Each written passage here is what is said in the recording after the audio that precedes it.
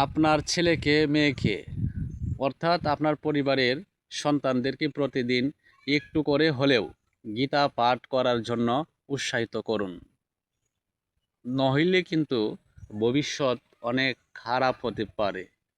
আপনারা অবগত আছেন, বর্তমান সমাজে অনেক ছেলে মেয়ে নিজের ধর্ম সম্পর্কে জানে না।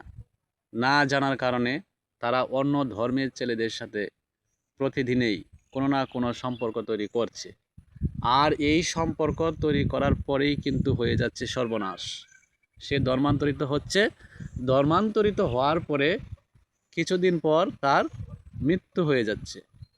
হয় তাকে হত্যা করছে, নয়তো তাকে ঝাড়ু দিয়ে পিটিয়ে ঘর থেকে বের করে দিচ্ছে। আসলে এই সমস্ত ঘটনার জন্য দায়ী কারা?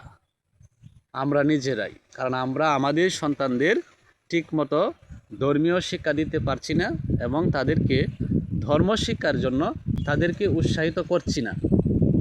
আসুন প্রতিদিন হলেও তাদেরকে একটু একটু করে ধর্ম শিক্ষার জন্য আমরা রেডি থাকি, তাদেরকে উৎসাহিত করি এবং সন্তানদের ভালোবেসে তাদের সাথে কথা বলি। আমাদের সন্তানদের ধর্ম শিক্ষার জন্য উৎসাহিত করি। আসলে একদিন তাদের থেকেই মানসিক অবস্থার পরিবর্তন হবে, এটা আমি মনে করি। জয় শ্রীকৃষ্ণ, জয় শ্রীরাম।